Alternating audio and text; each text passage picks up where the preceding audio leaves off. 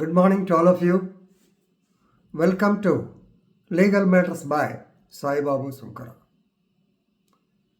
ఈ వీడియోలో మనం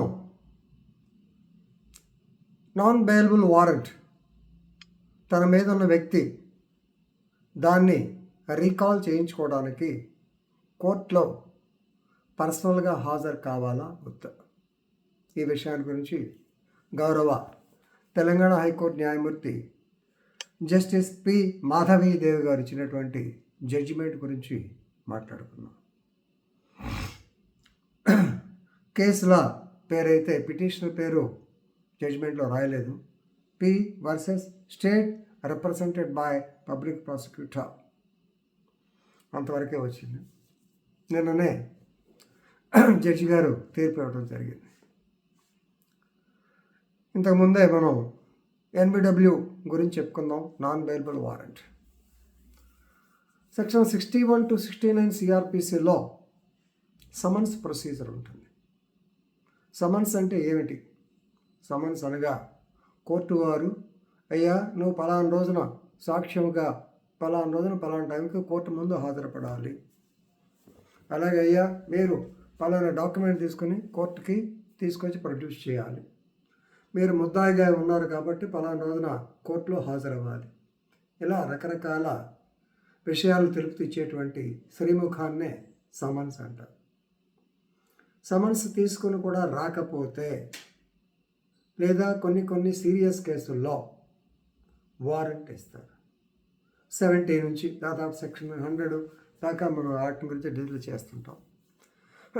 97 సచ్ వారెంట్ సరే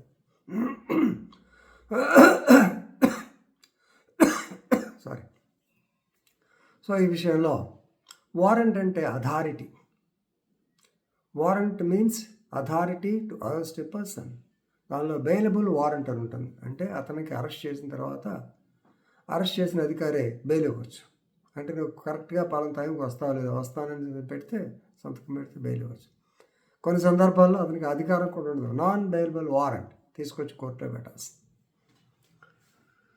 కాబట్టి ఇలాంటి సందర్భాల్లో అతను సహజంగా కోర్టుకు ఉన్న రెమిడియల్ మెజర్స్ ఏంటి? వారెంట్ ఇచ్చారనుకోండి, ఏమన్నా అయ్యా నా మీద అన్యాయంగా వారెంట్ ఇచ్చారు, దాన్ని క్యాన్సిల్ చేయండి, లేదా నా మీద అన్యాయంగా నాన్ బెయిలబుల్ వారెంట్ ఇచ్చారు, దాన్ని తీసేయండి, రికాల్ చేయండి అని పిటిషన్స్ వేస్తూ ఉంటారు. ఈ రికాల్ చేసేటప్పుడు కొంతమంది జడ్జెస్ ఏమడుగుతారంటే వారెంట్ ఇచ్చిన పర్పస్ ఏంటి?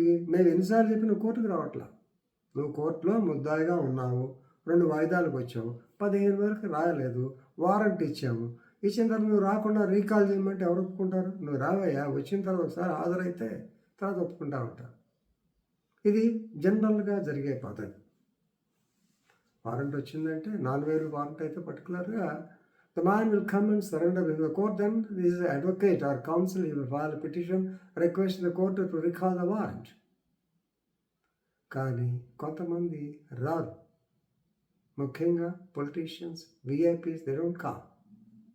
మరి వాళ్ళకి ఎట్లా అంటే వాళ్ళంటే సపరేట్ సెక్షన్ కదండి. సహజంగా ఒక ఉదాహరణ చెప్పాను మీకు. అంతే కొంతమంది కొన్ని కారణాల వల్ల మీరు చెప్పినా రాలేకపోయిన పరిస్థితి. ఇక్కడ కేసు అదే రైట్. ఇక్కడ కేసు పూర్వపురాలకు వస్తే ఇది రంగారెడ్డి జిల్లా లేకుంటే ఎల్బీ నగర్ సిటీ సివిల్ కోర్టులో జరిగింది. క్రిమినల్ కేసు అండి, కోర్టులో జరిగింది. ఏమిటంటే యాక్చువల్గా ఇతనికి వాయిదా డేట్ సరిగ్గా తెలుసో తెలీదో మొత్తానికి 5-10 నాటికి అది పక్క ఉంచింది. అంటే ఏంటంటే మొదట్లో సమన్స్ ఇచ్చారు, సమన్స్ సర్వ్ అయినాయి, ఒకసారి వచ్చారు, తర్వాత రాలేదు, వారెంట్ ఇచ్చారు, వారెంట్ ఇచ్చేసరికి తనకు తెలియదు అంటాడు. పోలీసులు ఏమో లేడండి, not present, not available at home, లేదా ఏదో రకరకాలు చెప్తా ఉన్నారు. అల్టిమేట్గా 5-10-2025 నాటి నువ్వు రావాలి అని చెప్పి వారెంట్ ఇచ్చాడు. ఇతను 5-10 తర్వాత 5-11కి నెక్స్ట్ వాయిదా ఉంది. ఆ వాయిదాకి ఒక రిప్రజెంటేషన్ లాయర్ గారు పెట్టాడు. ఏమని?